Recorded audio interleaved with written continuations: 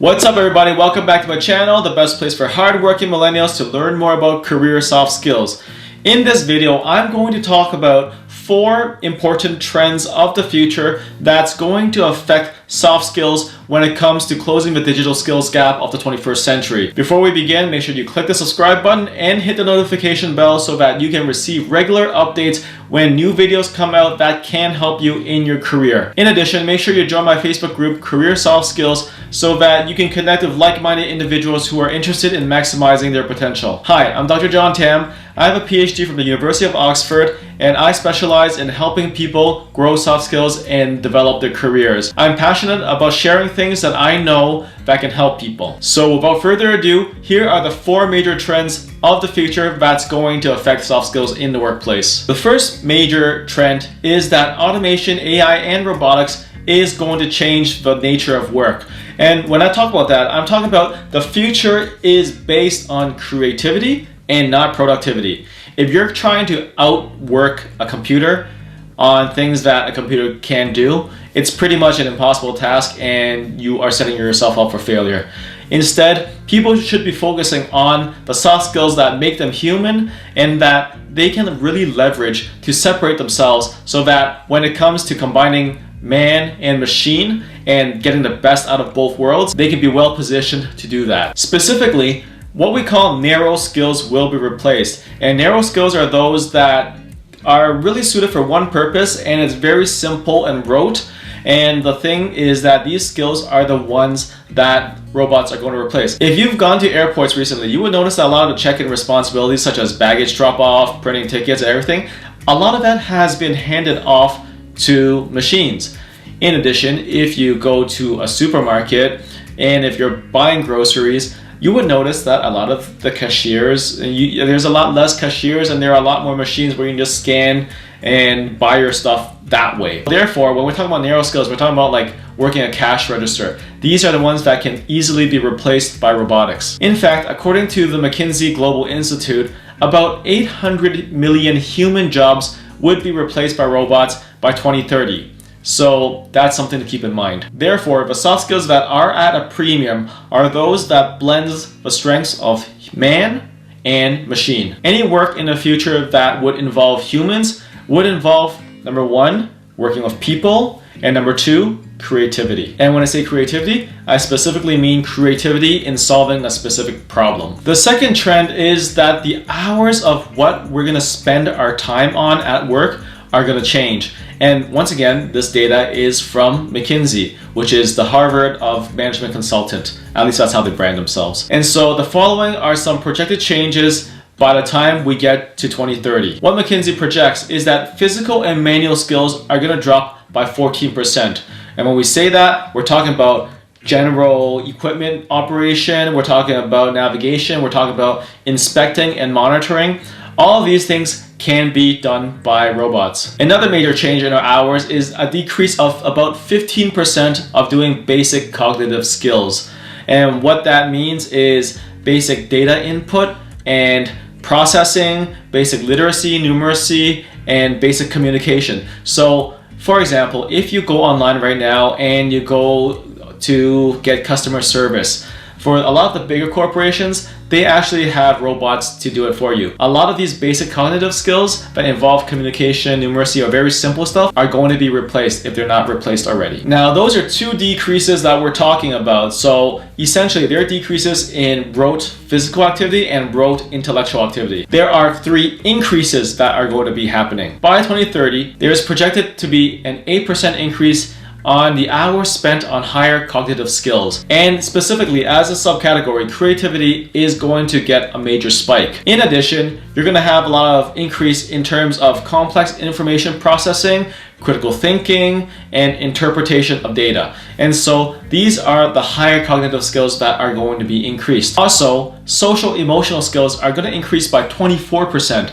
And when we talk about that, we're talking about entrepreneurship and initiative taking. We're also talking about leadership and management. And so dealing with people and working in small teams, these are the things that are going to expand in terms of the hours spent. But the greatest jump is actually in technological skills. We're going to see a projected 55% increase in the hours spent on technological skills, and that includes advanced IT skills and programming and basic digital skills. Essentially, the two major growth areas are in our higher cognitive skills and our social emotional skills, but the one that's going to increase the most are the technological skills. In a recent study where they interviewed executives of different companies, what they found was that these executives actually valued these tech skills twice as much in terms of monetary value than soft skills. So what that tells you is that while soft skills are super important, at the end of the day, what makes money are the tech skills. So essentially, it's very important to have a hard skill and support that and buffer it with a whole bunch of soft skills. If you agree with these trends, let me know in the comments. If you don't agree with it, let me know in the comments why you disagree with it. The third major trend is actually counterintuitive.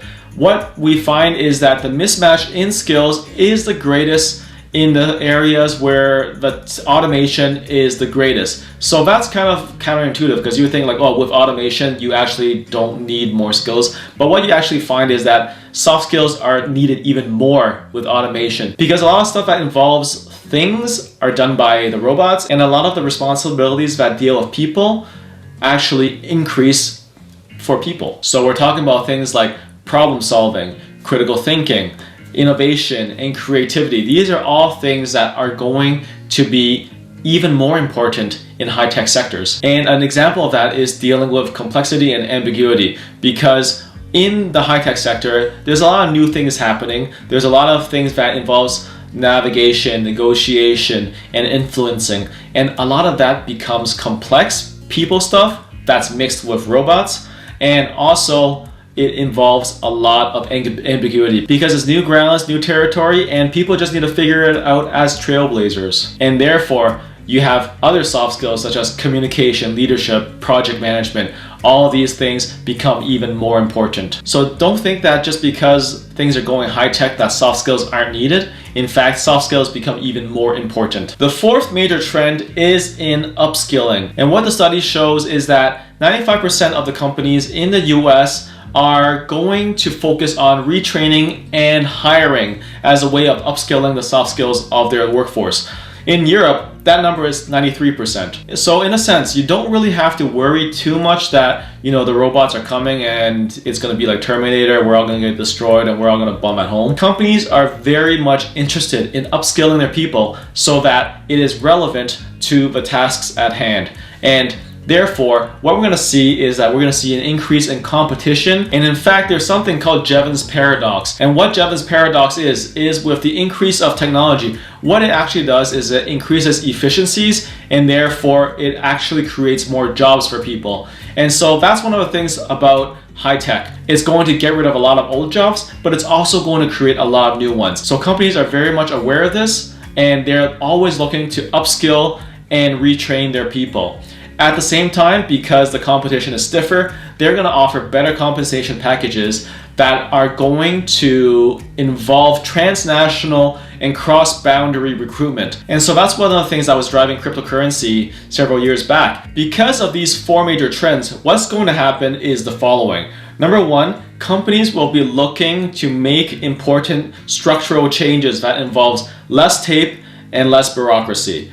And so what that means is you're going to have smaller units so they can have increased agility, because agility is super important in adapting, right? So back in the day, a big company would employ hundreds of thousands of people, right? In '96, Kodak employed 140,000 people in America. And so back when Google bought YouTube, it bought it for $1.65 billion. But at that time, Google only had a handful of employees, definitely less than 140,000. And so essentially, what that means is that smaller units, increased agility is going to be so much more important, because all the scaling and all the rote labor work can be done by machines. And so basically, that's the workforce of the future. And therefore, soft skills that amplify hard skills become so much more important, such as communication, leadership, creativity, and just finding ways to exploit new opportunities. If you want to learn more about AI, robotics, and the future of work, definitely check out the PDF I have in the links below. And also, if you want to learn how you can better navigate this, one important aspect of doing this is to figure out your personality and how to leverage your strengths and cover your blind spots in terms of your personality. So also check out the personality test that I have below that's free, and that you can just go take it and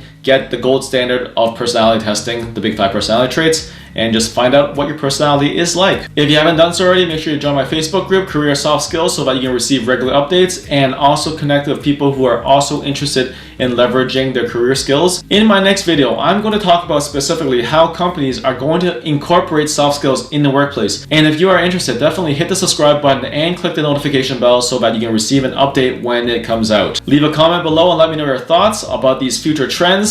Are you afraid, or do you think these are major opportunities? If you like this video, give it a like and also share with your network if you found it valuable. Take care, everybody.